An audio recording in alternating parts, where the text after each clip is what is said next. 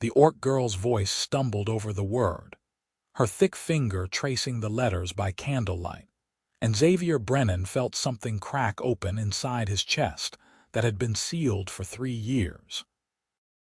"Pass C on 8, Vera Dalton sounded out, her green cheeks darkening to forest shade as she continued reading aloud.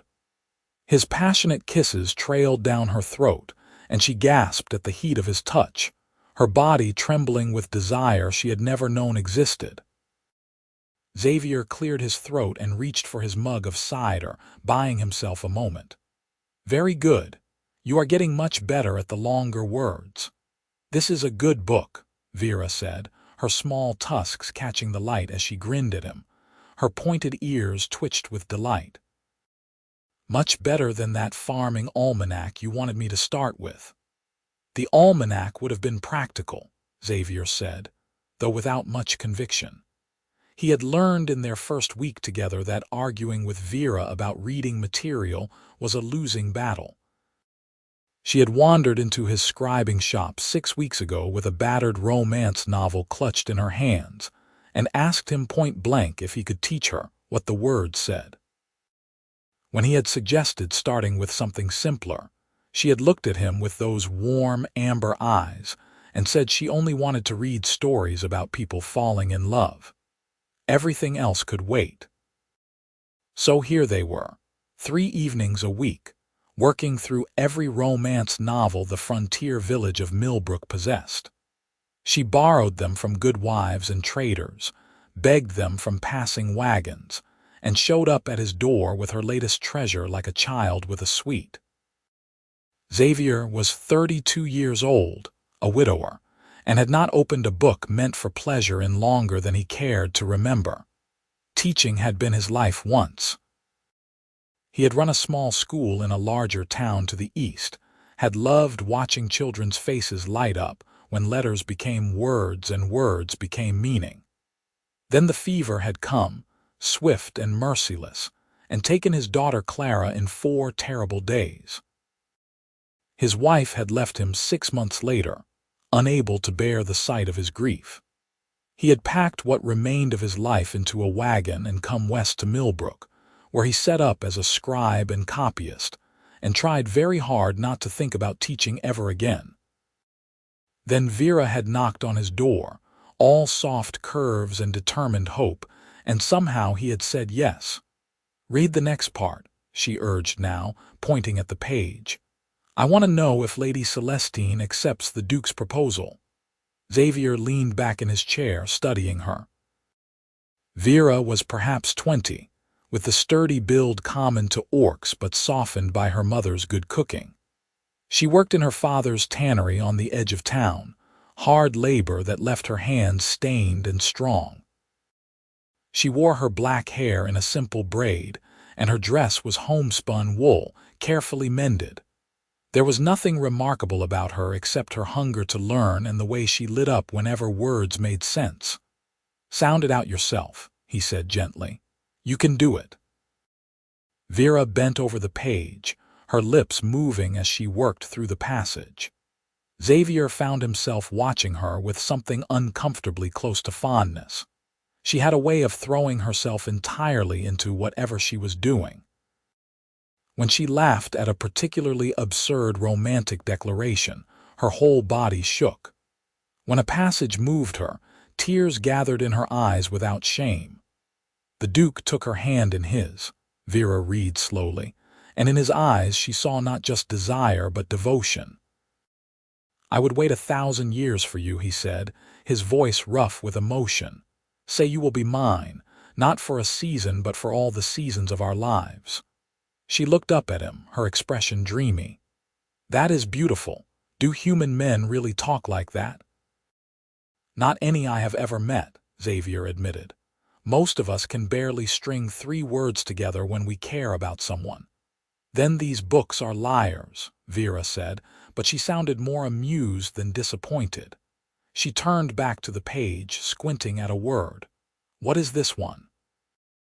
"The letters are small." Xavier leaned forward, his shoulder nearly brushing hers as he looked at the text. "Eternal, it means lasting forever." Eternal, Vera repeated, savoring the word.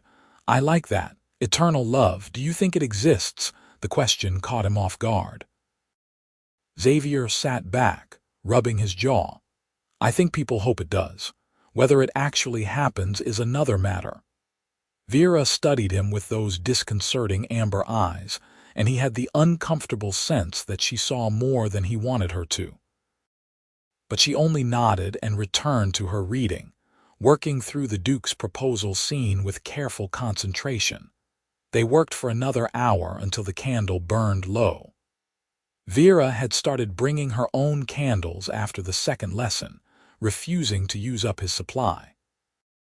It was a small kindness, but it had touched him more than he wanted to admit. I should go, she said finally, closing the book with obvious reluctance. Father will wonder where I am. Does he mind? You're coming here? Xavier asked. He stood and retrieved her shawl from the hook by the door. He thinks it is a waste of time, Vera admitted, wrapping the shawl around her shoulders. But Mother is pleased. She never learned to read either, and she likes that I am trying. She paused at the door, the book clutched to her chest. May I borrow this one? I want to see how it ends. Of course. Just bring it back when you are finished. Vera's smile could have lit the room without the candle. I will read the best parts to you at our next lesson. I am sure you will, Xavier said dryly. After she left, he sat in the silence of his small house and stared at the cooling embers in the fireplace. The walls felt too close suddenly, pressing in with memories he had worked hard to bury. Teaching Vera was different from teaching children, he told himself. This was just helping a neighbor, nothing more. It did not mean he was ready to go back to what he had been before. But as he climbed the stairs to his bedroom, his eyes fell on the closed door at the end of the hall. Clara's room. He had not opened it since moving to Millbrook. Her primers and school books were inside, packed away in a trunk. The thought of them made his chest ache. Xavier turned away and went to bed, but sleep was long in coming. Vera arrived for their next lesson with mud on her skirts and excitement in her eyes. I finished the book, she announced, barging into his house with her usual lack of ceremony. And I found 2 more. Mistress Halloway at the inn let me borrow them when I told her what I was doing. Mistress Halloway knows you are learning to read. Xavier asked, closing the door against the spring chill. Everyone knows, Vera said cheerfully. She set her books on his work table and unwrapped her shawl. I am the only orc in Millbrook who can read, or who is trying to anyway. People think it is strange, but they are used to me being strange. There was no bitterness in her voice, just acceptance. Xavier felt a flash of anger on her behalf. Millbrook was better than most frontier towns when it came to orcs, but better was a low bar. Vera's father had been permitted to set up his tannery only because the town needed one and no human had wanted the work. Orcs were tolerated here, not welcomed. Let me see what Mistress Halloway has loaned you, he said instead. Vera handed him the books with the pride of a general presenting captured banners.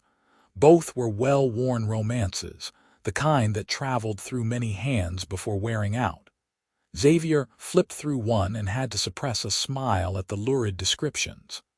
This one has pirates, Vera said eagerly. I looked at the pictures.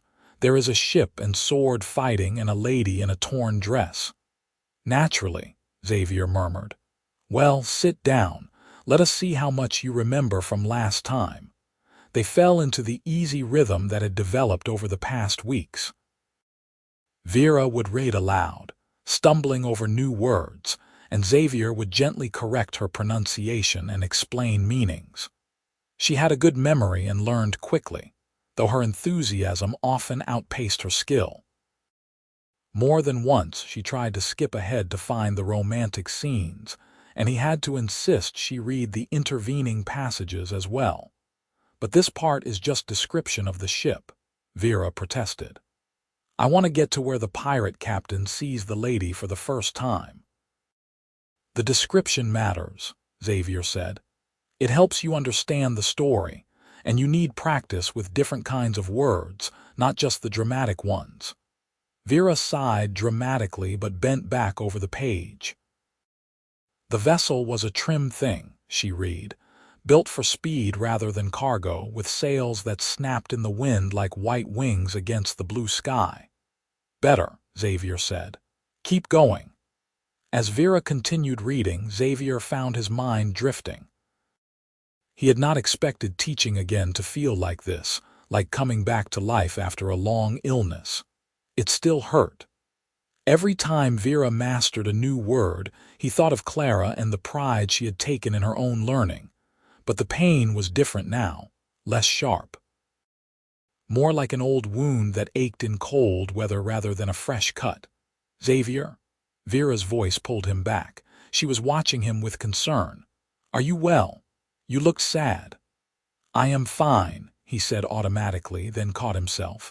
Vera deserved better than reflexive dismissal. "I was thinking about someone I used to teach, a long time ago. Did they move away? She died." The words came out flat. "My daughter, she was 7. Vera set down the book, her full attention on him now. "I am sorry, that is a terrible thing." "It was." Xavier stood abruptly, needing to move. He went to the window and looked out at the darkening street. "She loved books. She would have been about your age now if she had lived." He heard Vera rise and felt her presence behind him, though she did not touch him. "Is that why you stopped teaching?" "Yes." He turned to face her. "I ran a school once, taught 30 children their letters and numbers, but after Clara died I could not bear it any more. Every child I looked at I saw her, so I came here and became a scribe instead." Vera tilted her head, considering. "But you are teaching me." "That is different." How? Xavier did not have a good answer for that. How was it different? Because Vera was grown. Because she had chosen to learn rather than being sent to him. Because something about her earnest determination had slipped past his defenses before he could think to raise them. "It just is," he said finally. Knowing it was inadequate, Vera studied him for a long moment, then nodded as if he had said something profound. "I am glad you said yes when I asked. Even if it is different, I am glad." They returned to the lesson, but something had shifted between them. Vera was gentler in her enthusiasm, and Xavier found himself explaining things with more patience than usual.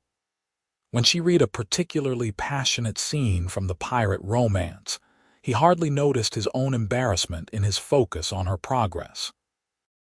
"The pirate captain pulled her close," Vera read, her voice dropping to something almost sultry, and she felt the hard planes of his body against her softness. "I have sailed every sea in the world," he said, "but I have never found treasure like you." "Very good," Xavier said. "Your fluency is improving." "That is a good line," Vera said, looking up from the page. "About treasure, if I were the lady, I think I would have kissed him right then." "Would you?" "Certainly. He sailed every sea, that is dedication." Xavier found himself smiling despite the ache still lodged in his chest. "I suppose it is, though I imagine the actual sailing was done by his crew." "You are ruining the romance," Vera accused, but she was grinning. "Next you will tell me pirates do not actually look like the picture." "I have never met a pirate, so I cannot say."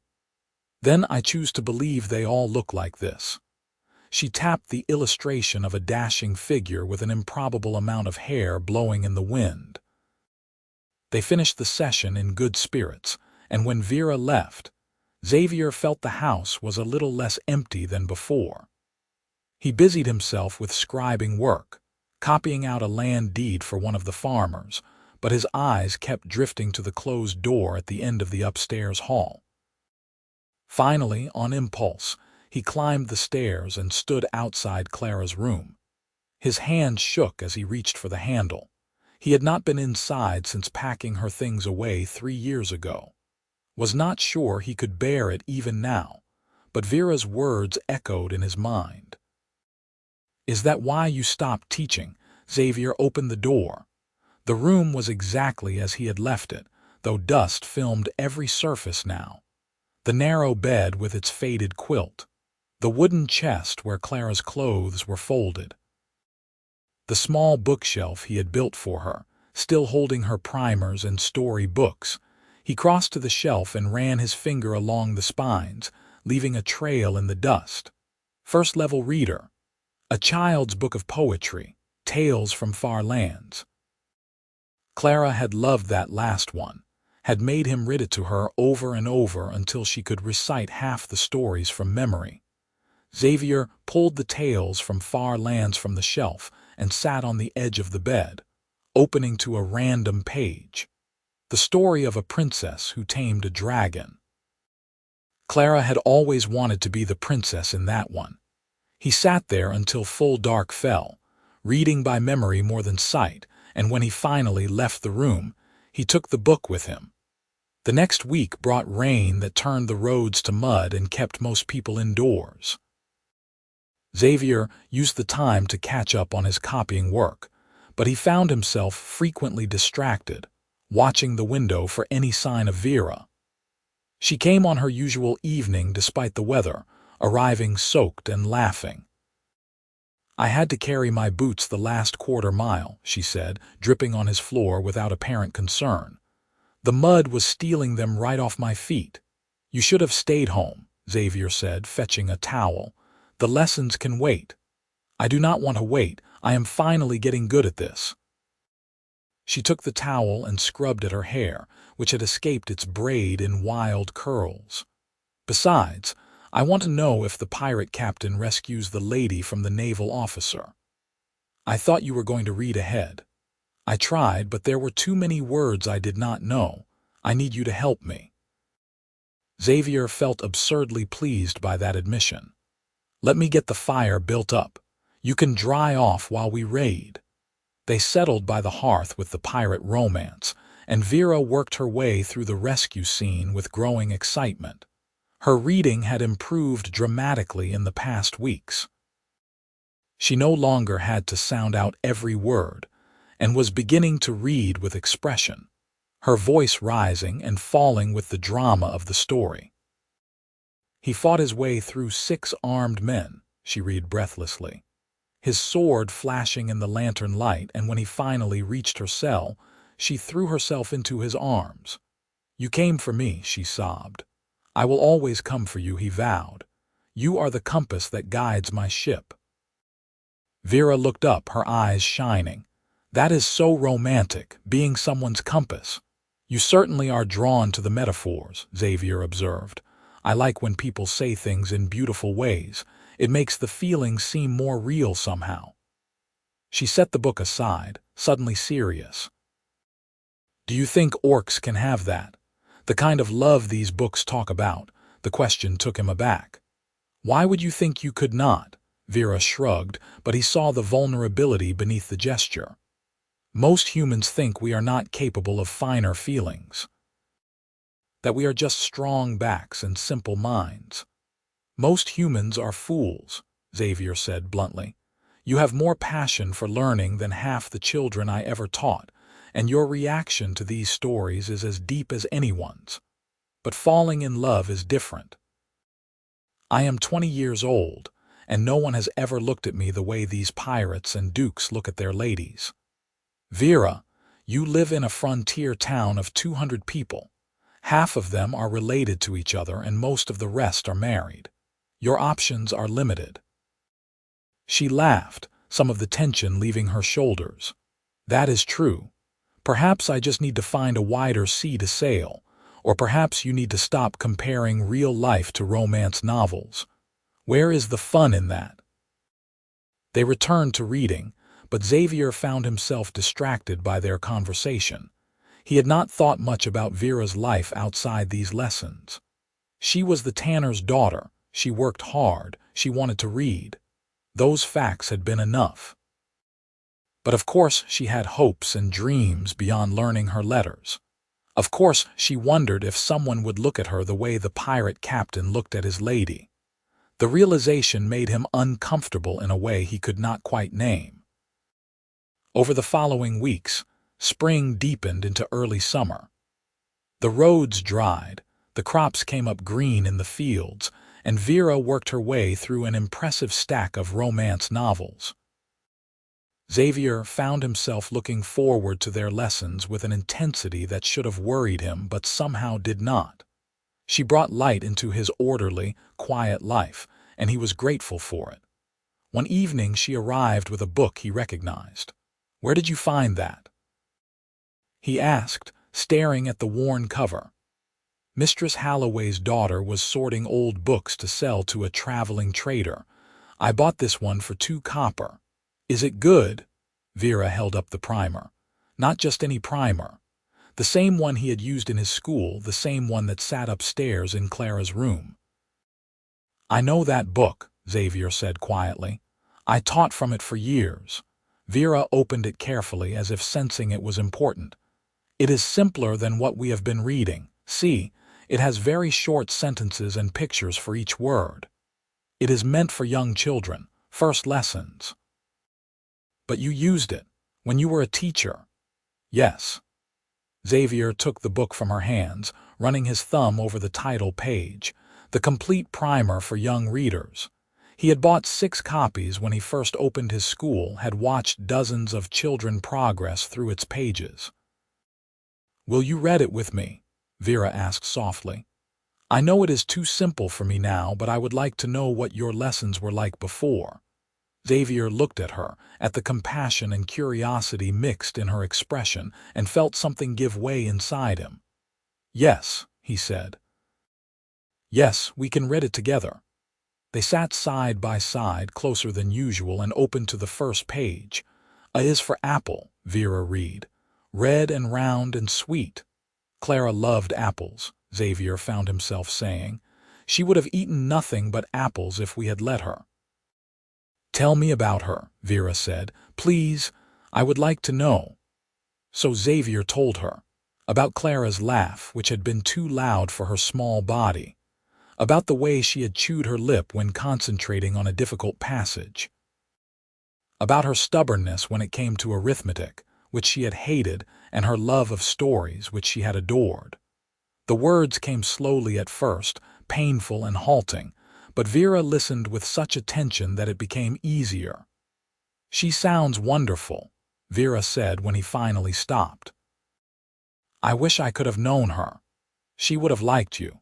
She always loved meeting new people." They continued through the primer, taking turns reading the simple sentences. Xavier pointed out techniques he had used for teaching, the ways he had made the lessons engaging for restless children. Vera asked questions that showed she was genuinely interested, not just being polite. "You were a good teacher," she said as they reached the end of the book. "You should be teaching again. I am teaching you." "That is not what I mean. You should have a school."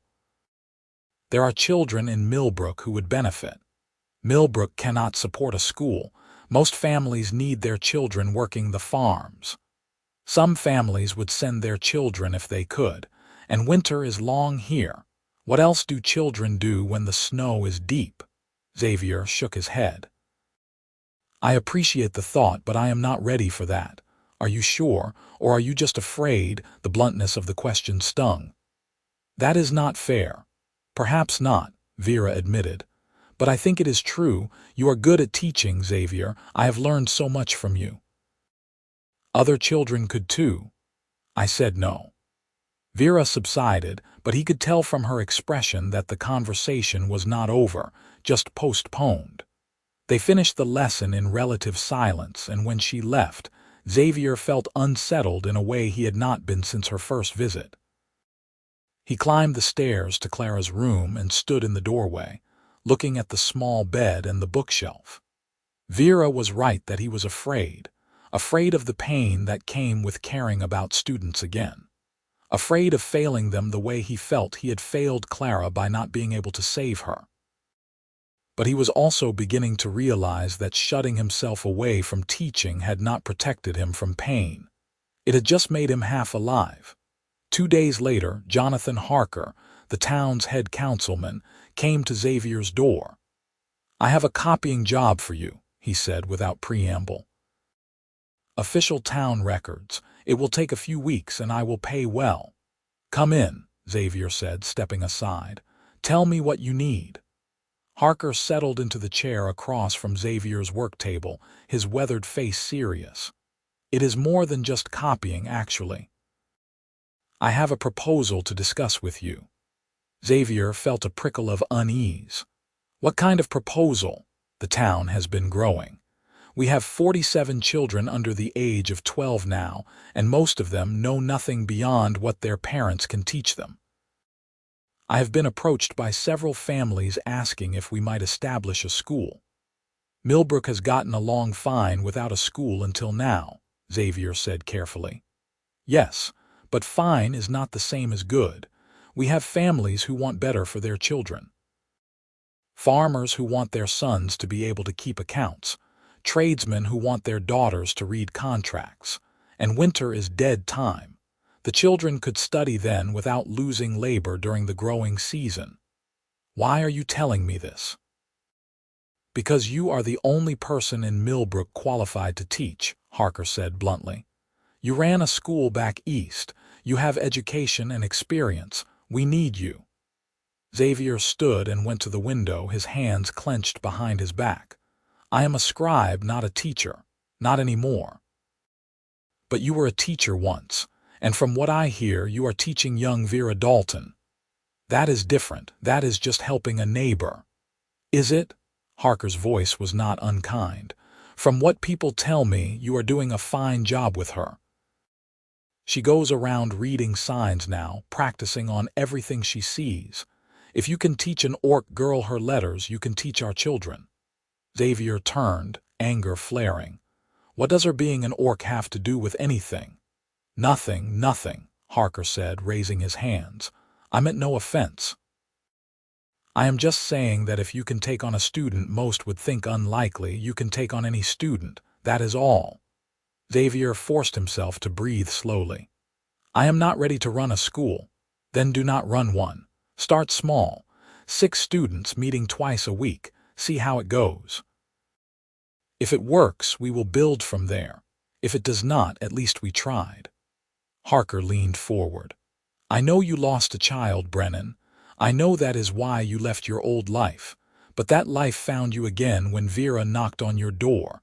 Maybe it is time to stop hiding from it. After Harker left, Xavier sat at his table and stared at nothing. His hands were shaking. The thought of standing in front of children again, of being responsible for their learning and their futures, was terrifying. But another part of him, a part he thought had died with Clara, was whispering that Harker might be right. That evening, Vera arrived for her lesson with her latest romance novel, but Xavier was distracted and short-tempered. She noticed immediately. What is wrong? She asked, setting her book aside. Jonathan Harker wants me to start teaching again, a proper school. Vera's face lit up. That is wonderful. It is not wonderful. It is impossible. Why? Because I cannot do it, Vera. I cannot stand in front of children and pretend I am whole enough to guide them. What if I fail them? What if something happens and I cannot protect them? Vera crossed the room and took his hands in hers, her grip firm and warm. You cannot protect anyone from everything. You could not protect your daughter from the fever. That was not your fault. I know that, Xavier said, though he was not sure he believed it. Do you? Because you act like a man who thinks he could have done something different. Like if you had been a better father or a better teacher, Clara would still be alive. The words cut deep because they were true. Maybe if I had noticed she was sick sooner, maybe if I had found a better doctor, and maybe the fever would have taken her anyway, Vera said gently.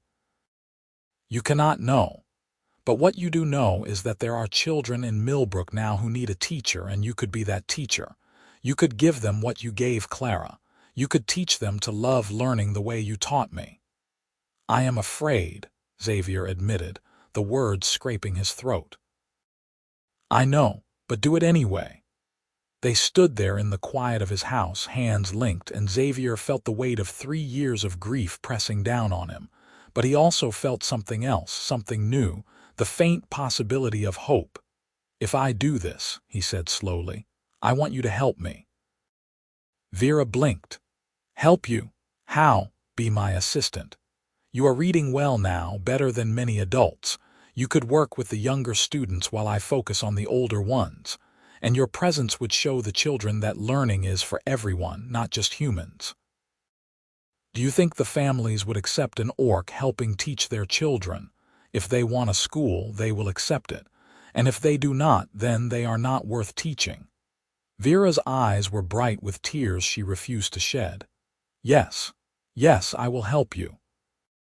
The school was established in an old storage barn that the town renovated with surprising speed. Families who wanted their children taught pitched in to build desks and benches, donate slates and chalk, and scrounge up every primer and reader they could find. Xavier tried to maintain his hesitation, his fear, but the momentum of the project swept him along. Vera was with him through all of it, her enthusiasm never flagging. She helped him organize the books by difficulty level, develop a schedule that would work for families who needed their children during planting and harvest, and even practice his first lessons. "You are pacing," she observed one evening a week before the school was set to open. "You will wear a path in the floor." "I am trying to remember how I used to do this," Xavier said, running his hand through his hair. "It has been so long." "You do it the same way you taught me, with patience and care. You were motivated." "These children are going to be forced to attend by their parents. Half of them will hate being there. Then you make it interesting.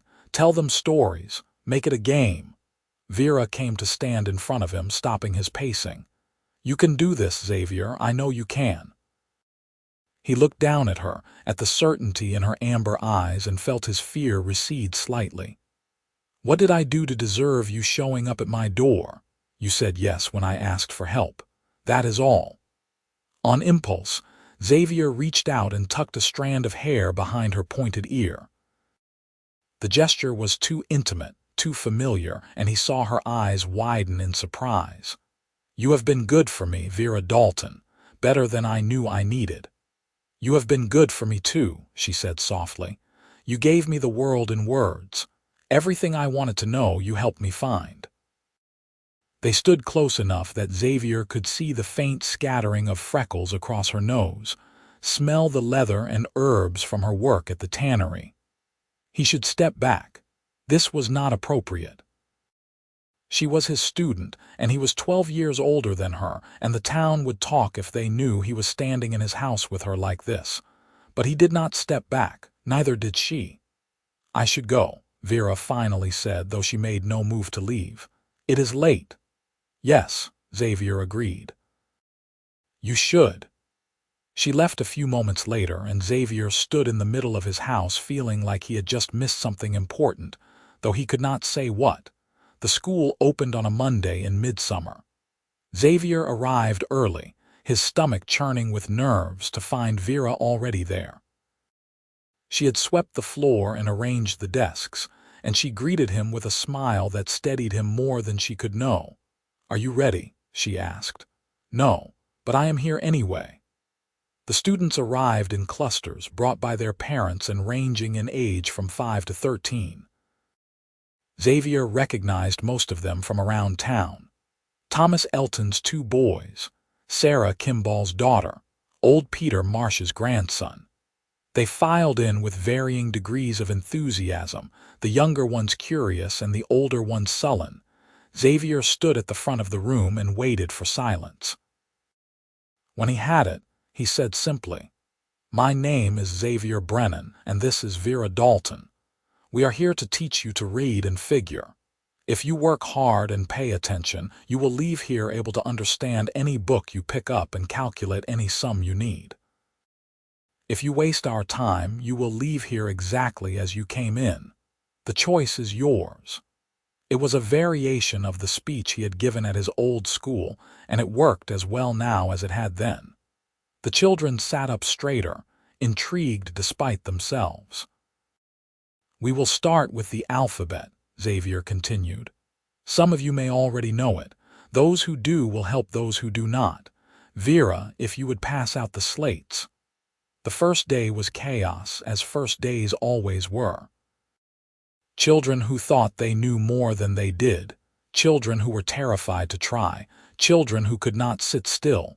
Children who would not speak. Xavier moved among them with Vera at his side, correcting grips on chalk, praising effort, gently redirecting attention. By the end of the session, he was exhausted, but he was also exhilarated in a way he had not felt in years. That went well, Vera said as they tidied up after the last child left. It was a disaster. Half of them cannot even hold chalk properly. But they will learn. You will teach them. She paused in stacking slates to look at him. You were good today, Xavier. You were a teacher again. He met her gaze and felt something shift in his chest, something warm and terrifying and entirely inappropriate. I could not have done it without you. Yes, you could have. But I am glad I was here. They fell into a routine over the following weeks. School 2 days a week, with Vera working alongside Xavier as a full partner rather than just an assistant. She had a gift for the youngest children, a patience and playfulness that drew them out. The older students respected her because she had learned what they were learning and understood their struggles. And in the evenings, after the students left, Xavier and Vera would often stay behind to prepare for the next lesson. These were Xavier's favorite times, when it was just the two of them in the quiet schoolroom, talking about teaching methods and difficult students, and the satisfaction of watching a child finally grasp a concept they had been fighting. Sometimes Vera would bring one of her romance novels and read aloud while Xavier worked, just as she had in those first lessons. Her reading was fluent now, confident, and she still chose the most passionate scenes to share.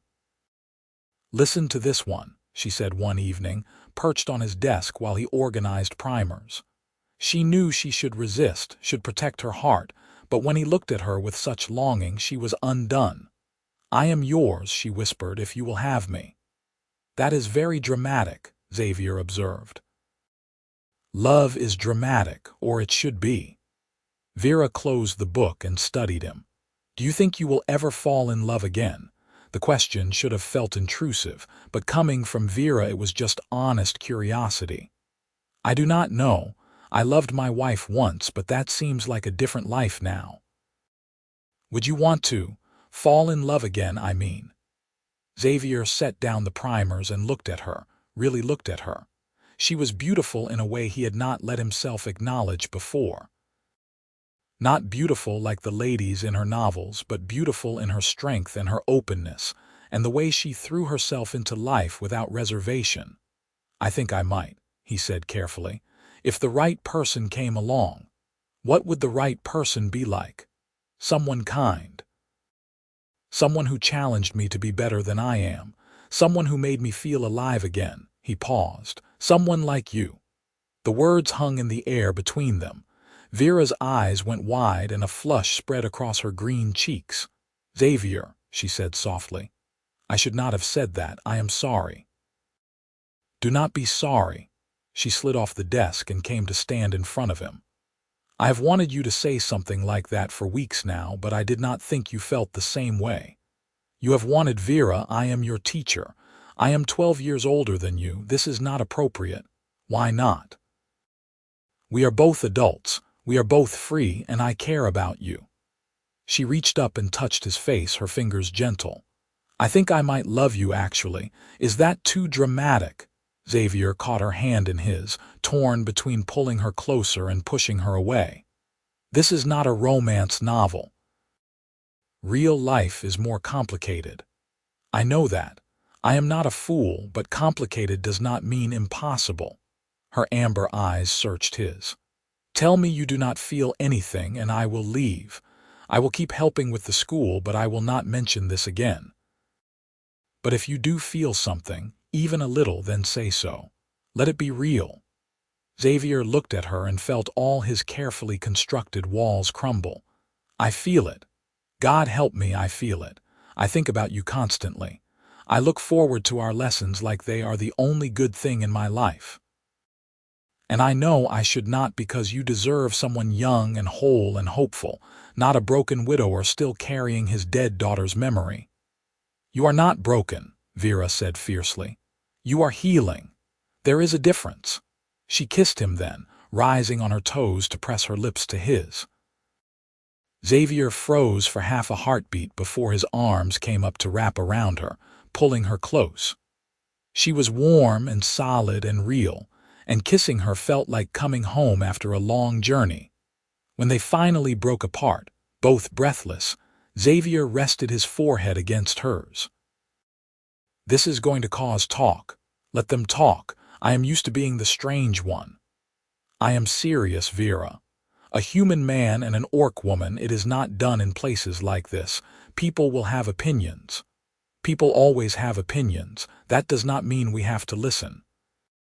She pulled back enough to look him in the eye. I know what I want, Xavier.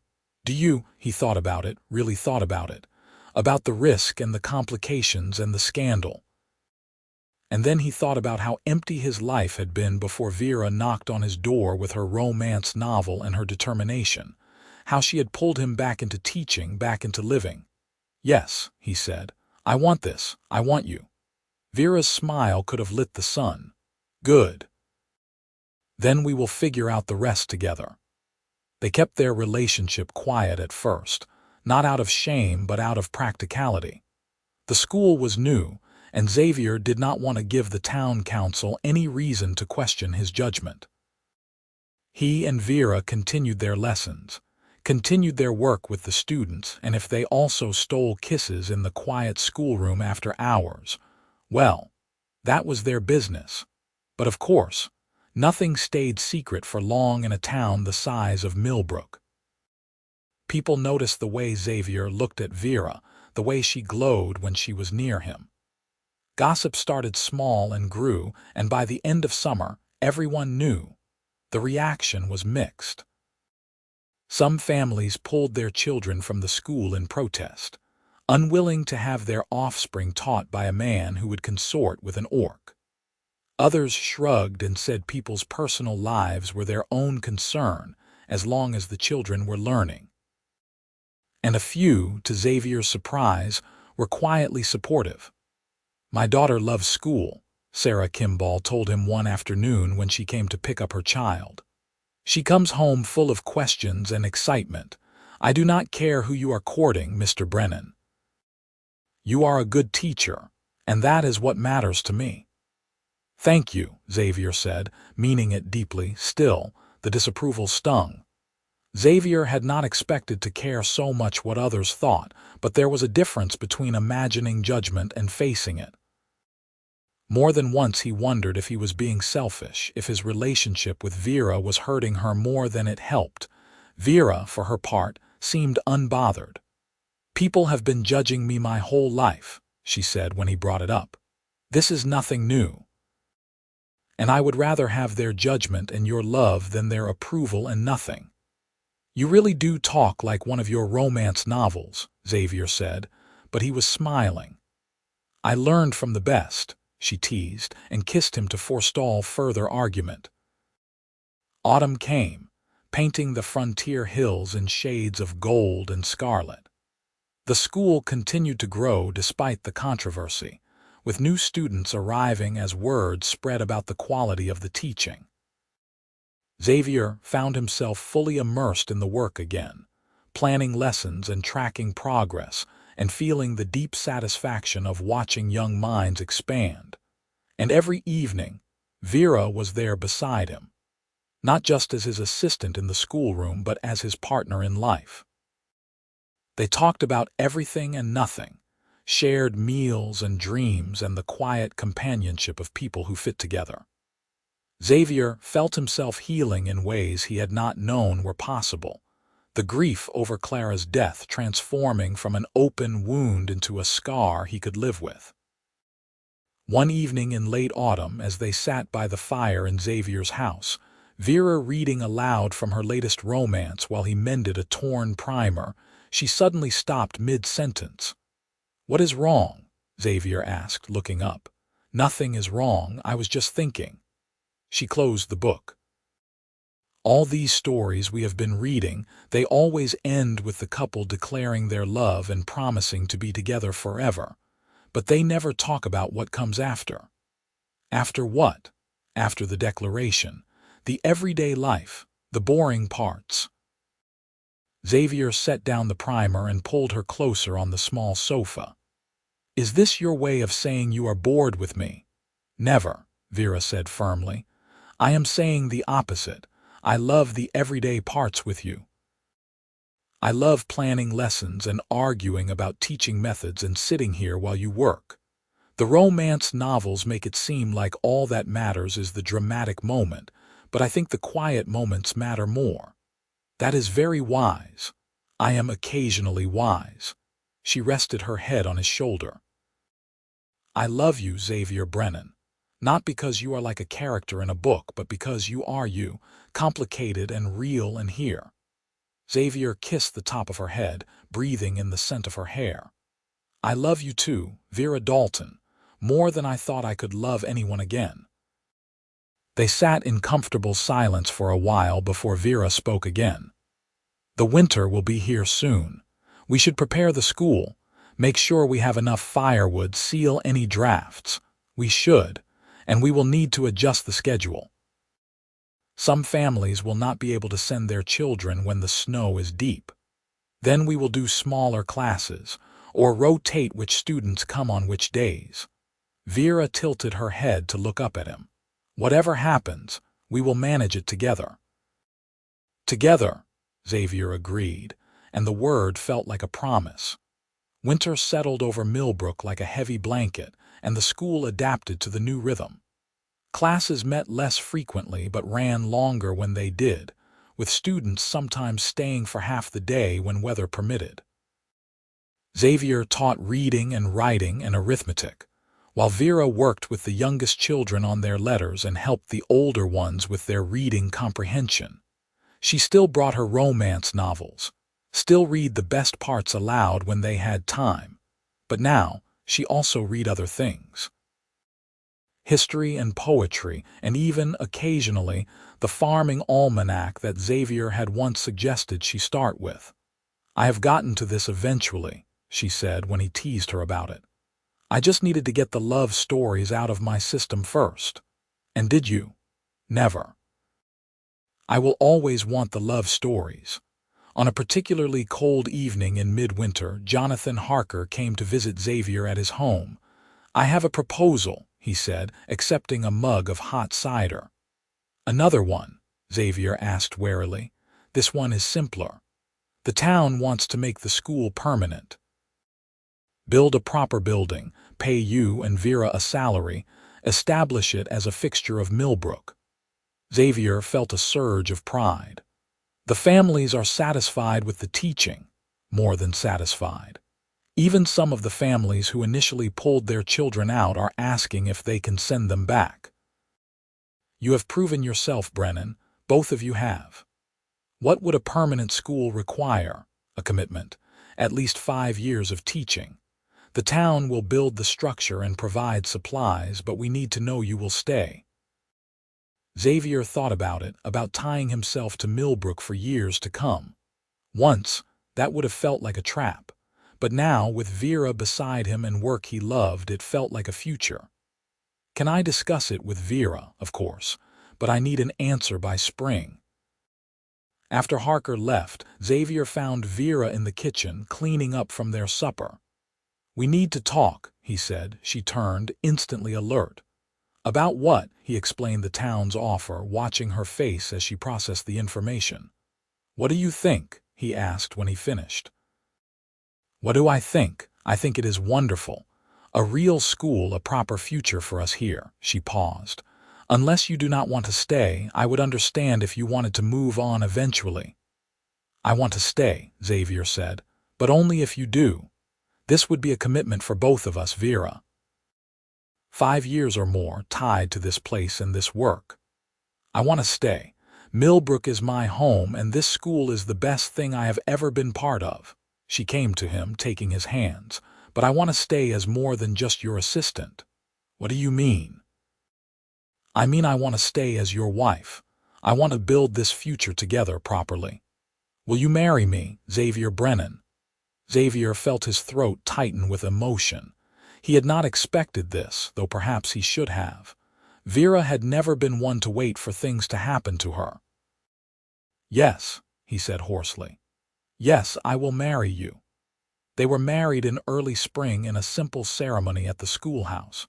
Vera wore a dress she made herself, forest green to match her skin, and Xavier wore his best suit, carefully brushed and pressed. Jonathan Harker officiated, and half the town came despite the ongoing controversy about their relationship. Vera's parents were there, her mother crying happy tears and her father gruff but pleased. Xavier had no family to invite, but he felt Clara's presence in the schoolhouse they had both worked so hard to establish. He thought she would have approved. After the ceremony, Vera read aloud from one of her favorite romances, choosing a passage about two people finding home in each other. Her voice was clear and confident, the voice of someone who had worked hard to master this skill and now used it with joy. "And so they pledged themselves," she read, "not with promises of perfection but with the simple truth of two hearts choosing each other, day after day, through whatever life might bring." Xavier looked at her as she read, at the way the light from the schoolhouse windows caught in her dark hair, at the small tusks that showed when she smiled, at the amber eyes that had seen through his defenses and found something worth loving. This was real. Not a story from a book, but a life they were building together, imperfect and challenging and deeply, truly good. When Vera finished reading, she looked at him, and he stepped forward to kiss her as their friends and neighbors applauded. It was not dramatic like the kisses in her novels, but it was theirs, and that made it perfect. They moved into Xavier's house, which became their house. Vera brought her books and her few possessions, and they rearranged the rooms to fit two lives instead of one. Clara's room became a study where they prepared lessons and graded work, though Xavier left the bookshelf with her primers exactly as it was. The permanent school building was completed by midsummer, a sturdy structure with large windows and a good stove and space for 30 students. Xavier and Vera moved their teaching there, and the enrollment grew. Children came from farms miles outside of town, eager to learn. Vera proved to be as dedicated a teacher as Xavier, though her methods were different. She told stories to illustrate lessons, turned spelling into games, and never lost patience with students who struggled. The children loved her, and that love spread to their parents, slowly shifting opinions in the town. On their first anniversary, Xavier gave Vera a gift, a complete set of classic literature newly arrived from the East. She unwrapped it with reverence, running her fingers over the embossed covers. "I cannot believe you did this," she said, tears in her eyes. "These must have cost a fortune." "You earned them, and besides, I thought it was time you read something other than romance novels." "I will never stop reading romance novels," Vera said, but she was smiling. "They brought us together after all, but I will read these too." That evening, she opened the first book and began to read aloud. Not a romance this time, but an epic poem about heroes and quests. Her voice filled their small house, bringing the words to life, and Xavier listened with the same attention he had given her during their first lessons. Some things, he thought, would never change. Her love of reading aloud, his love of listening. The way they fit together, two unlikely people who had found each other by chance and chosen each other by will. Over the next few years, the school became a cornerstone of Millbrook. Xavier and Vera taught reading, writing, arithmetic, history, and even a bit of natural science when they could scrounge up materials. They held festivals where students performed plays and recited poetry. They started a small library with books donated from throughout the region. And they were happy. Not in the uncomplicated way of a romance novel ending, but in the real, textured way of two people building a life together. They argued sometimes about teaching methods or household chores or Vera's tendency to bring home every stray dog that wandered through town. They struggled sometimes when money was tight or students were difficult or the weight of responsibility felt too heavy.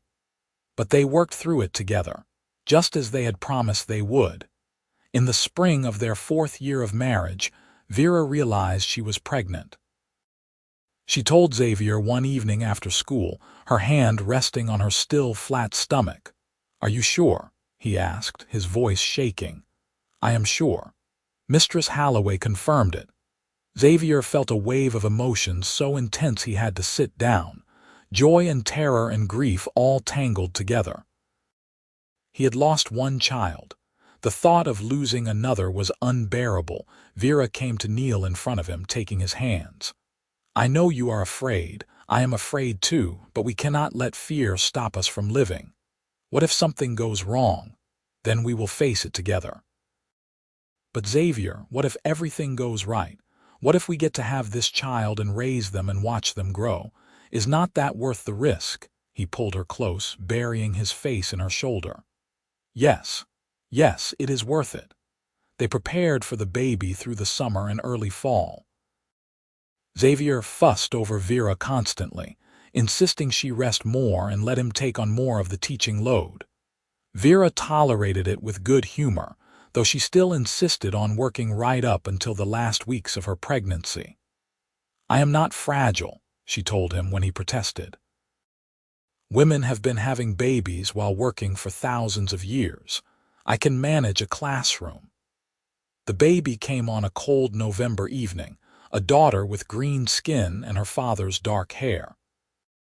Xavier held her with trembling hands, this tiny creature who was somehow both entirely new and achingly familiar.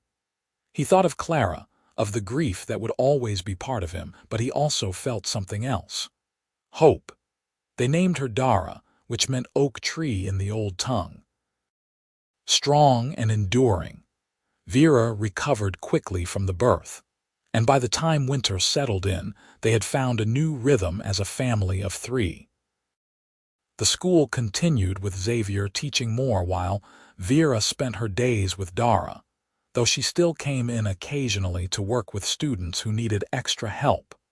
On those days, she would bring the baby with her, and the children would gather around to see her. Xavier would watch Vera with their daughter, the tenderness and fierceness of her love, and feel his heart swell. One evening, when Dara was nearly 6 months old and babbling contentedly in her cradle, Vera picked up one of her romance novels and settled into her favorite chair by the fire. "May I read to you?" she asked Xavier, who was grading papers at the table. "Please do. I have missed your dramatic recitations." Vera grinned and opened to a marked page. "This one is new. I got it from a trader last week." She cleared her throat. He had wandered for years, she read, lost in the wilderness of his own grief. But she found him there in the darkness and showed him the way home, not by dragging him into the light, but by sitting with him until he was ready to see it for himself. She looked up, meeting Xavier's gaze across the room. "That is us, isn't not it? You were lost and I found you, or maybe we found each other." "I think we found each other," Xavier agreed. He set down his pen and came to sit beside her, taking her free hand in his. "And you did sit with me in the darkness. You never tried to rush my healing. I knew you needed time. Grief is not something you overcome. It is something you learn to carry." "When did you get so wise?" "I read it in a book," Vera said solemnly, then laughed. "No, actually, I learned it from you. From watching you come back to life slowly, bit by bit. From seeing you open Clara's room and read her primers again. From watching you teach and remembering why you loved it." Xavier kissed her softly. "I never thanked you properly." for refusing to accept my isolation, for insisting I teach you to read, for dragging me back into the world. You do not need to thank me.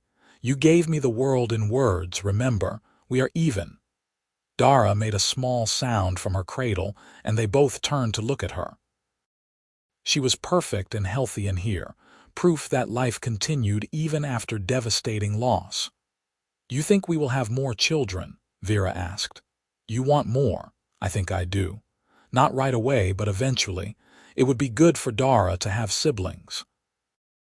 Xavier thought about it, about the fear that still lived in him but was smaller now, about the joy Dara brought every day. "Yes, I would like that too."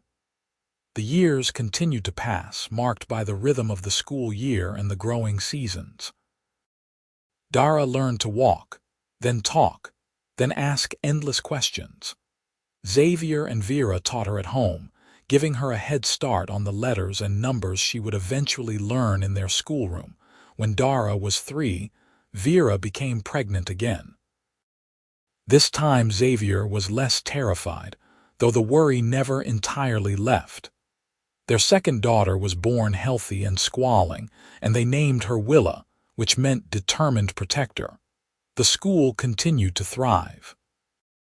Students who had started with them years ago were now young adults, some going on to apprenticeships in towns and cities beyond Millbrook, others staying to work family farms armed with literacy and numeracy their parents had never had. Xavier and Vera took quiet pride in each success, knowing they had played a part in giving these young people opportunities. The town's attitude toward their marriage had softened over time as well. It was hard to maintain prejudice in the face of their obvious devotion to each other and to their students. By the time Willa was born, most people in Millbrook simply accepted them as the town's teachers, their interspecies relationship no longer remarkable. On warm evenings, Xavier and Vera would sit on their porch with their daughters, and Vera would read aloud. Sometimes it was one of her beloved romance novels, though she had grown more selective about which passages she read with young children present. Other times it was poetry or history or folk tales. Dara and Willa loved story time, sitting rapt as their mother brought words to life. And Xavier would watch his family, this impossible, wonderful thing he had never expected to have again, and feel grateful beyond measure. "Read the part about the night again," Dara would demand, and Vera would laugh and turn back a page. "The night rode through the valley," she would read, her voice taking on the dramatic cadence Xavier had loved from their very first lesson together, knowing that the journey ahead was dangerous but refusing to turn back, for love, he had learned, was worth any risk. "Is that true, Papa?" Dara asked once. "Is love worth any risk?" Xavier pulled his oldest daughter onto his lap, breathing in the little girl's scent of her hair. "Yes," he said, "it is.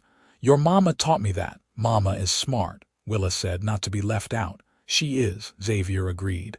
"The smartest person I know." Vera rolled her eyes but smiled, pleased. "Flattery will get you everywhere."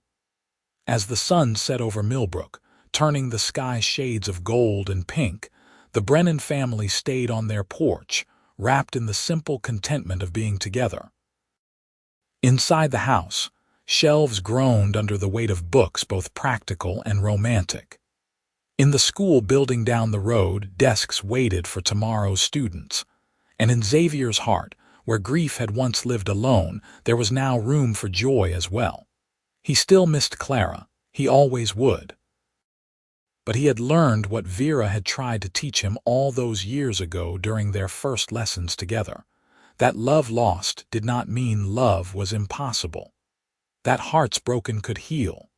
That the best parts of life were worth reading again and again, savoring each word. "One more chapter," Dara pleaded when Vera moved to close the book. "One more," Vera agreed, and Xavier settled back in his chair to listen, his wife's voice filling the evening air with stories of adventure and romance and happily ever afters. And if their own story was not quite as dramatic as the ones in Vera's novels, well, it was theirs. Real and imperfect and absolutely true. That was worth more than all the fiction in the world. The school year when Dara turned 6 brought new changes. She joined the other children in the classroom, though having her parents as teachers proved both advantage and challenge. She was bright and eager but also stubborn, a combination of both Xavier and Vera's strongest traits. "She argued with me about spelling today," Xavier told Vera one evening after classes ended. "Said that if raid and lead rhyme, then bread should rhyme with bead." "She has a point," Vera said, trying not to laugh. "She does not have a point. She has a stubborn refusal to accept that English spelling is inconsistent." "Then she definitely gets that from you." They were in the schoolroom, tidying up after the day's lessons while Dara and Willa played outside under the supervision of one of the older students. The space had become like a second home to them, comfortable and familiar. Vera picked up a forgotten primer from one of the desks and smiled. "Do you remember when I could barely read these? When every word was a struggle? I remember. You have come a long way. We both have." She crossed to where he stood and wrapped her arms around him from behind. "Sometimes I cannot believe this is my life. Teaching alongside you, raising our daughters, being part of this community. It feels like something from one of my books." "Except messier, and with more paperwork," Xavier said, but he covered her hands with his own, holding her close. "I would not want it any other way." That summer, they expanded the school curriculum to include more advanced subjects for their older students. Xavier taught basic geometry and more complex grammar, while Vera developed a course in literature that explored not just romance novels but poetry, history, and even philosophy. "You are creating thinking citizens," Jonathan Harker said approvingly when he visited the school. "Not just literate ones. That is important work." "It is Vera's doing as much as mine," Xavier said. "She pushes the students to question what they read, to think critically. I just teach them the mechanics." "You taught me to do that," Vera reminded him later. "In our lessons, you never just told me what words meant. You asked me to figure it out from context, to make connections. And you took that approach and made it better." They stood together in the quiet classroom, the afternoon sun slanting through the windows. Xavier looked around at the space they had built, literally and figuratively, and felt a deep sense of accomplishment. "We should write a textbook," Vera said suddenly. "What? A textbook?" "A reader specifically designed for frontier schools, with stories and lessons that reflect the lives people actually live out here. Not stories about knights and kingdoms, but about farming and trading and surviving winters. We could self-publish it, sell copies to other towns." Xavier considered the idea. "That would be a massive undertaking." "Yes, but we have the experience. We know what works and what does not, and it would help other teachers who do not have our resources." "You are serious about this?" "Completely serious." Xavier found himself nodding slowly. "All right, let us do it, but we work on it together, every step." "I would not have it any other way." They spent the next year developing their reader in the evenings after their daughters were asleep. It was painstaking work, writing and revising stories, creating comprehension questions, testing passages with their students. But it was also deeply satisfying, a way to share what they had learned beyond Millbrook. When the first copies came back from the printer in a larger town 3 days' ride away, Vera held one reverently. "Look at this, our names on the cover. The Frontier Reader by Xavier Brennan and Vera Dalton Brennan. You are listed first," Xavier pointed out, "because I insisted. This was my idea, after all." They sent copies to other frontier towns and villages, offering them at cost to any teacher who wanted them. The response was overwhelming. Within months, requests came from settlements throughout the territory. Their reader was filling a real need, giving teachers in isolated communities a resource designed for their specific challenges. "We are making a difference beyond just our students," Vera said, reading through letters of thanks from other teachers. "This is bigger than I imagined." "You always did think too small," Xavier teased. "I am just waiting for you to suggest we start a university next. Do not give me ideas." That autumn brought unexpected news.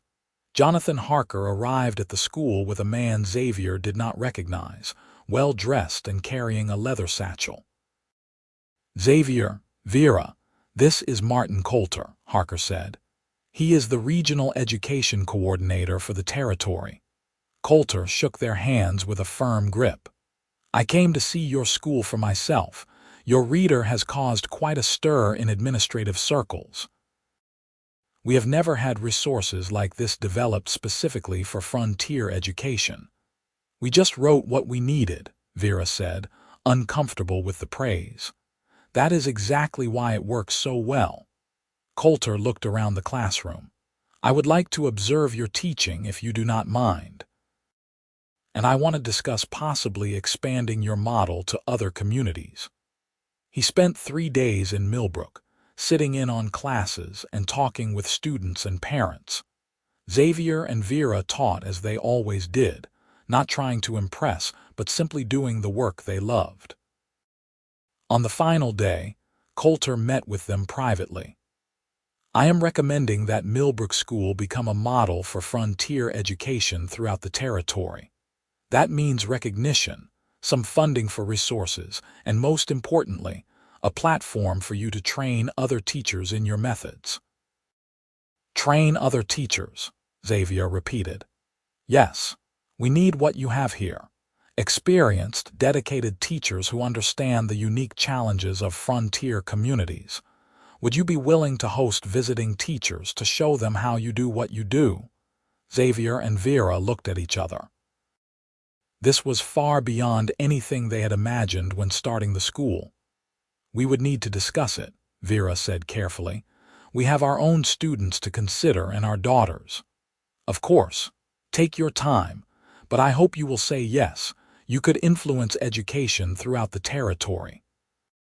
After Coulter left, Xavier and Vera sat on the steps of the schoolhouse in the cooling evening air. "This is a lot," Xavier said finally. "It is." "Do you want to do it?" Vera was quiet for a long moment. "Part of me does. Part of me wants to share what we have learned to help other teachers succeed. But part of me is also afraid of losing what we have here, of spreading ourselves too thin." "I feel the same way," Xavier admitted. "This school, our family, this life we have built, it is enough. It is more than I ever thought I would have again. Do we need more? Maybe the question is not whether we need more, but whether others need what we can offer." Xavier put his arm around her shoulders, and they sat in comfortable silence as the sun set. Their daughter's laughter drifted from inside the school where they were playing. "What would you have done," Xavier asked, "if I had said no that first day, when you asked me to teach you to read?" "I would have found someone else to teach me," Vera said promptly. "Or taught myself somehow. I was determined. I am very glad I said yes, so am I." She leaned her head on his shoulder. "I think we should do it, take on the visiting teachers. We can manage it if we are careful about how many we host at once." "Are you sure?" "No, but I am sure I want to try. We have been given something special here, Xavier. It seems selfish to keep it just for ourselves." So they agreed, and within a year Millbrook School became a training ground for frontier teachers from throughout the territory. 3 or 4 times a year, teachers would arrive to spend 2 weeks observing classes, learning methods, and discussing challenges. It was exhausting work on top of their regular teaching, but it was also energizing, seeing their ideas and approaches spread to new communities. Dara and Willa grew up surrounded by education, by books and learning and the constant flow of students and visiting teachers through their lives. Both showed early aptitude for letters and numbers, though their interests differed. Dara loved stories and writing, while Willa was drawn to mathematics and natural science. "We are raising scholars," Vera said one evening, watching their daughters bent over their homework at the kitchen table. "They get it from their mother," Xavier said. "You were the one who refused to accept ignorance. And you were the one who taught me I did not have to. You gave me the world in words, remember? I remember. Though I think you gave me something back. You gave me a reason to teach again, a reason to live again." Vera set down the book she had been reading and came to sit beside him on the couch. "Do you still miss her, Clara?" It was not a question she asked often, and Xavier appreciated that she still did occasionally. "Every day. But it does not hurt the same way it used to. Now it is more like a gentle sadness, a wish that she could have known you and our daughters, that she could have seen what we built here. I think she would be proud of you. I think she would have loved you.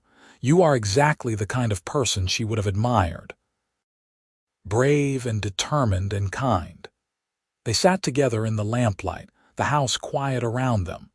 This was Xavier's favorite time of day after the students were gone and their daughters were settled, when it was just the two of them and the peace they had built. "Read to me," he said softly. Vera smiled and picked up her current book, one of the romances she still favored. "You never get tired of this, do you?" "Never. I like your voice." So she read aloud as she had that first evening years ago, her voice confident and warm. The story was absurd and melodramatic, full of unlikely coincidences and passionate declarations. But Xavier listened with the same attention he always had, not because the story was particularly good, but because Vera read it with such joy. When she finished the chapter, she closed the book and looked at him. "You know, none of these stories ever get it quite right. The love, I mean. No, they make it seem like it is all passion and grand gestures, but real love is quieter than that. It is sitting together at the end of a long day. It is building a life piece by piece. It is choosing each other over and over again." "That is a much better definition," Xavier agreed. "You should write your own romance novel." "Maybe I will. I could call it The Orc Girl Who Learned to Read." "It would be a sensation. It would be too boring. No pirate kidnappings or dukes proposing. Just a man and a woman teaching school and raising daughters. You are right, completely unmarketable." They laughed together and Xavier pulled her close, pressing a kiss to the top of her head. "I love you, Vera Brennan." "I love you too, Xavier Brennan. Thank you for teaching me to read. Thank you for making me teach again."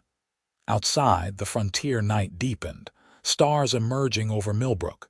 In the school building down the road, primers and readers waited for tomorrow's lessons. In the house, two young girls slept peacefully, dreaming whatever dreams children dream. And in the small living room, a man and woman held each other in the lamplight, grateful for the unlikely path that had brought them together. He had taught her to read. She had chosen romance books and read the best parts aloud. And in doing so, they had written their own story, one better than anything in her beloved novels because it was real and it was theirs. The years continued their steady progression. Dara grew into a thoughtful girl of 12, her love of stories manifesting in small plays she wrote and performed with her sister. Willa, at 9, was already showing signs of becoming a formidable mathematician, working through problems that challenged students twice her age. Xavier was 44 now, with silver threading through his dark hair. Vera was 32, her tusks slightly more prominent as she aged but her energy undiminished. They had been married nearly 9 years, and Xavier still sometimes woke in the night, amazed that she had chosen him. The school had expanded again, now serving more than 60 students ranging from age 5 to 16. They had hired 2 additional teachers, young women trained in Eastern schools who had come west seeking adventure and purpose. Xavier and Vera supervised their teaching while continuing to lead the advanced classes themselves. "We are becoming an institution," Xavier said one evening, reviewing enrollment numbers. "In another few years, some of our first students will be old enough to become teachers themselves." "That is the dream, is it not?" Vera replied. She was working on the second edition of their reader, incorporating feedback from teachers who had used the first. Education that sustains itself, that grows organically.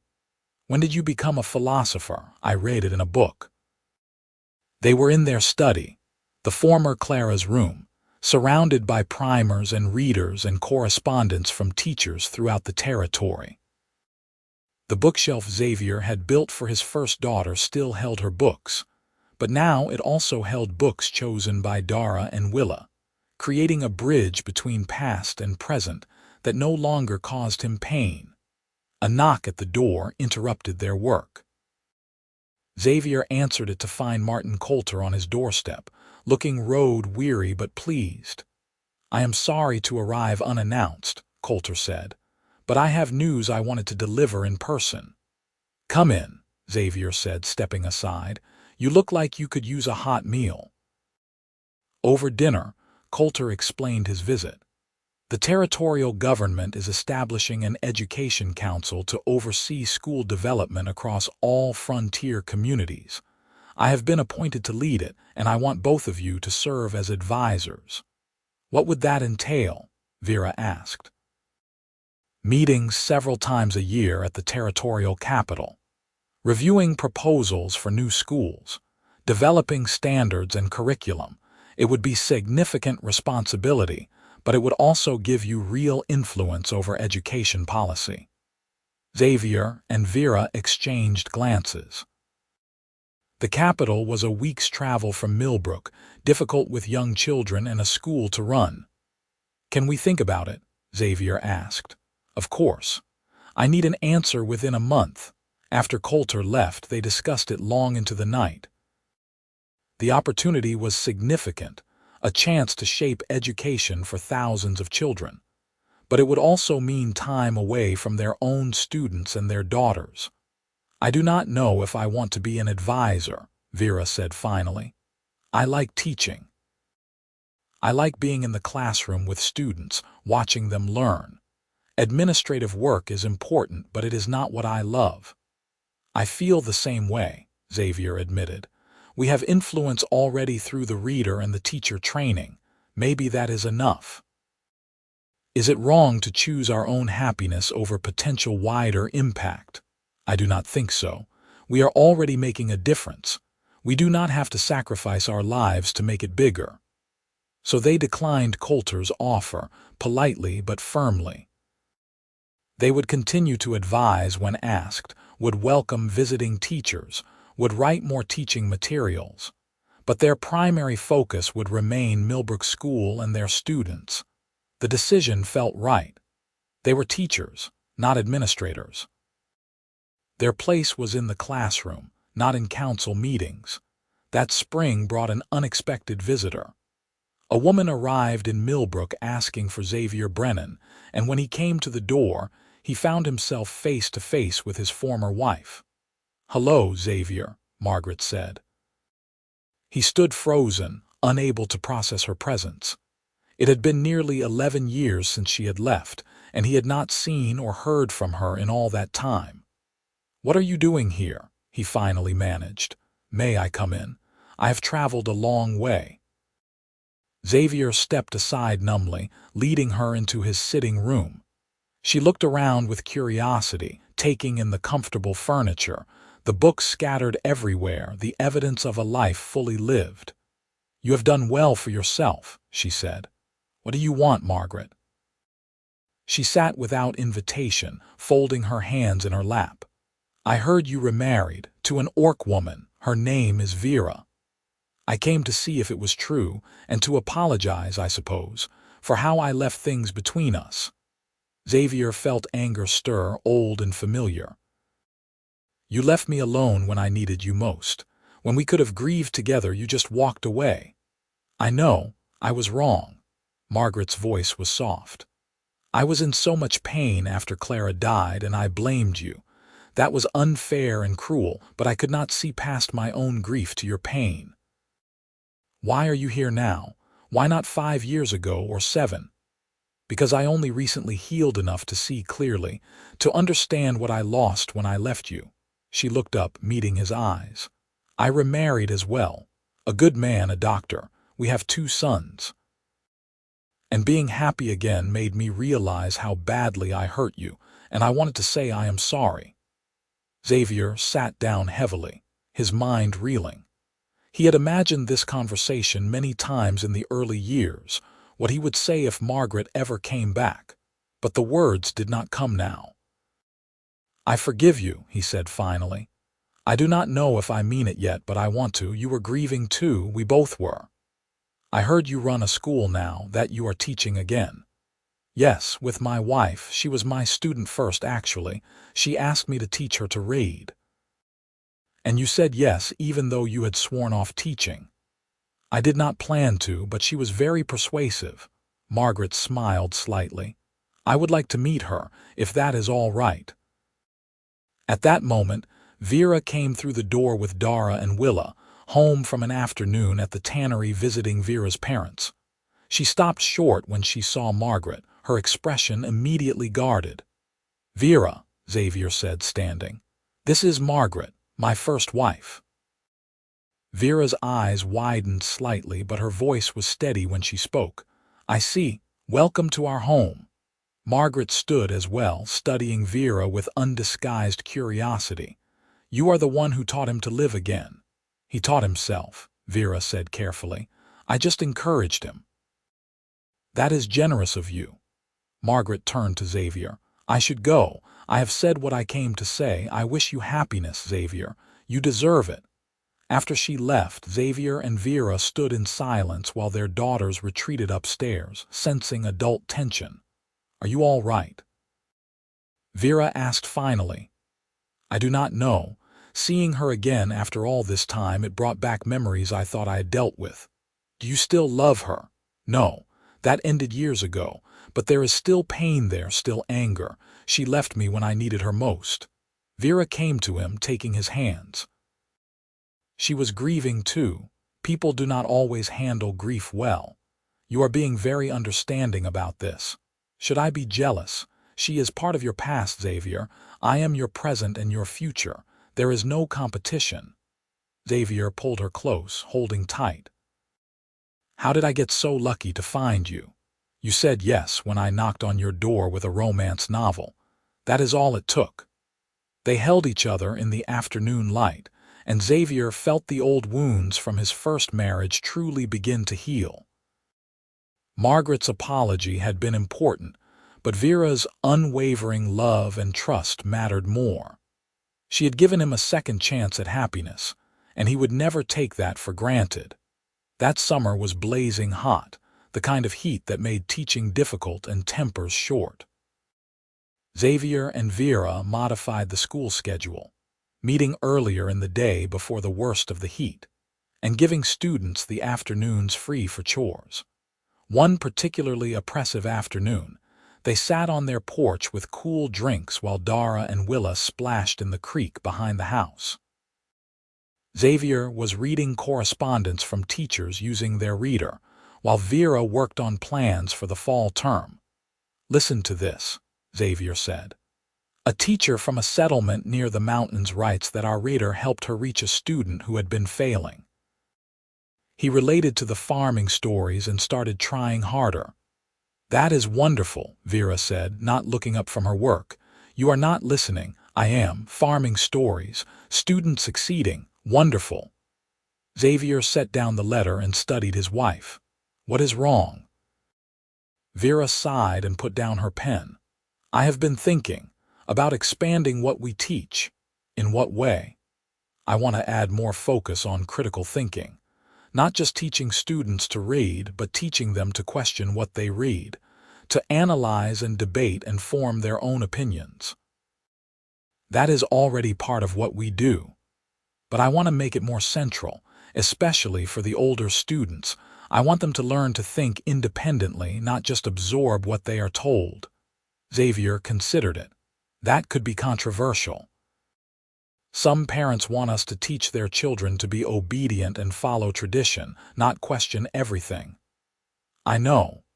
But if we do not teach them to think, what are we really teaching them? Just to memorize and repeat. You make a good point. All right, let us develop a curriculum along those lines for next term. We can start with the advanced students and see how it goes. Vera's face lit up with that expression Xavier loved, the one that said she was already 10 steps ahead in her planning. I have been reading philosophy texts, she admitted, trying to figure out how to make complex ideas accessible to young people. Of course you have. My wife, the philosopher. Someone has to be the intellectual in this family. I am wounded. They laughed together, and the tension that had been building between them eased. This was how they worked best, talking through ideas, challenging each other, building something better together than either could alone. The new curriculum was introduced that fall and proved immediately popular with students, if not always with parents. Xavier and Vera guided older students through discussions about ethics, justice, and the nature of truth.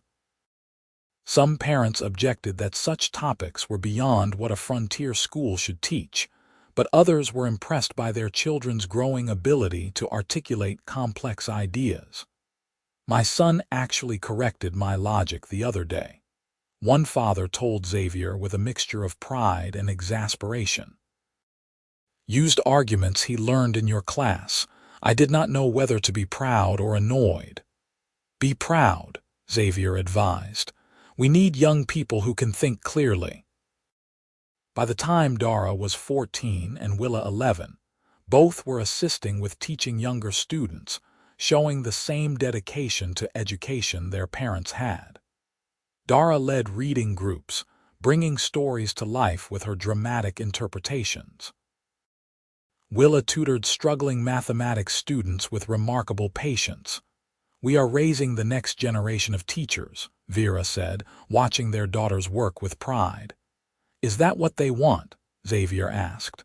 We should not assume. Dara has already told me she wants to teach. She loves it. Willa, I am less sure about.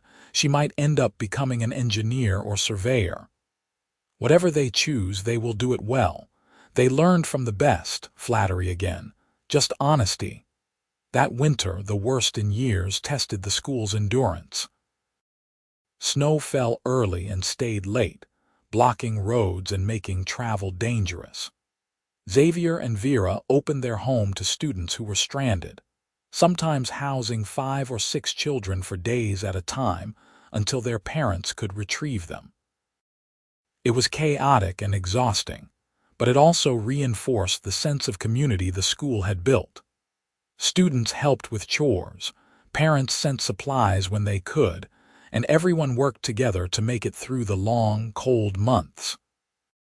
This is what frontier life is, Vera said one evening when the house was finally quiet, every spare bed and floor space occupied by sleeping students, supporting each other, getting through hard times together.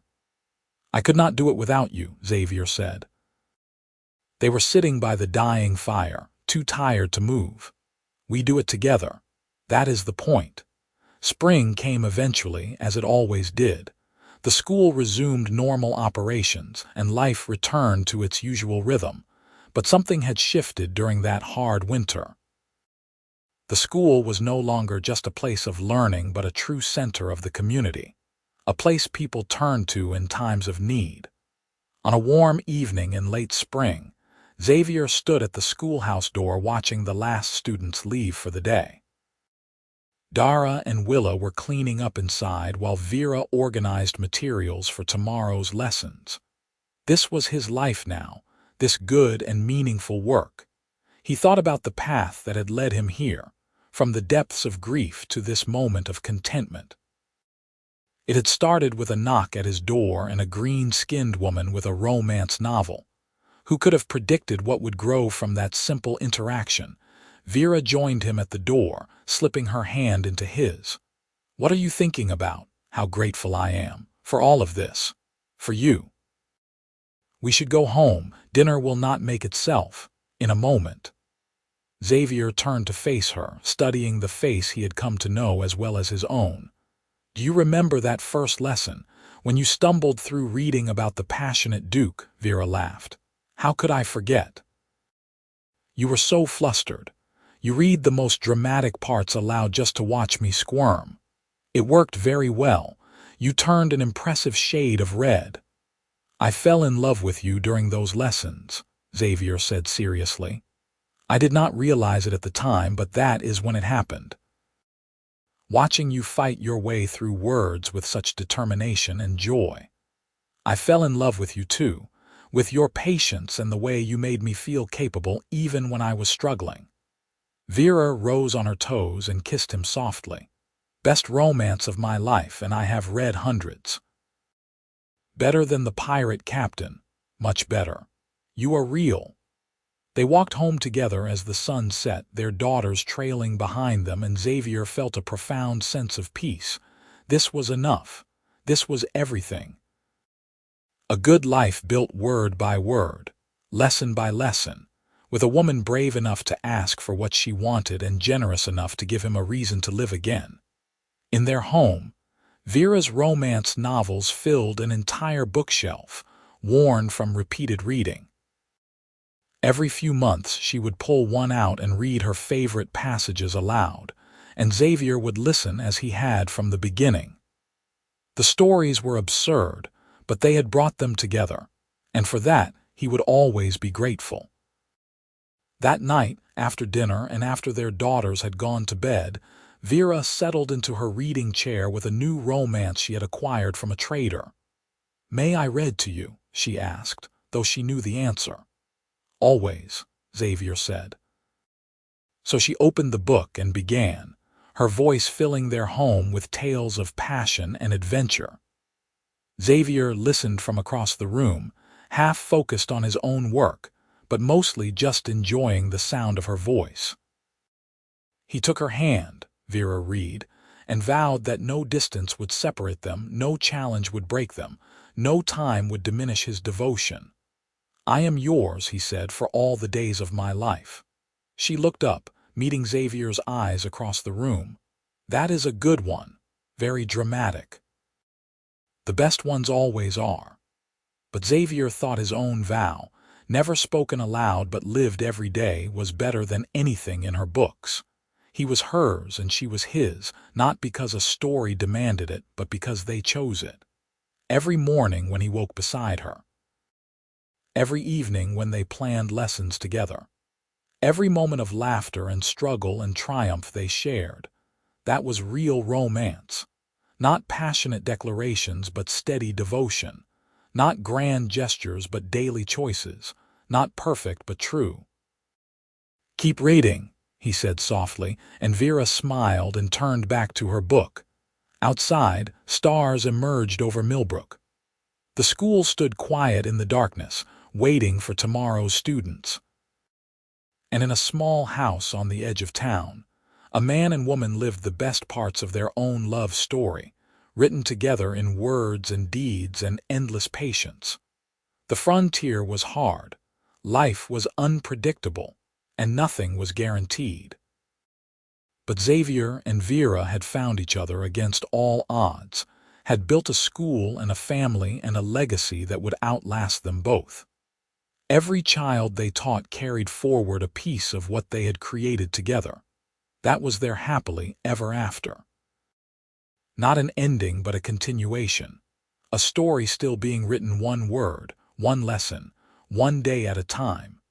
And if sometimes Vera still chose only romance books and read the best parts aloud, well, that was just perfect. Because those dramatic, passionate passages had led them here, to this real and lasting love. to teaching and learning and growing together, to daughters who would carry forward their parents' love of knowledge, to a school that would educate generations of frontier children. The man had taught the orc girl to read.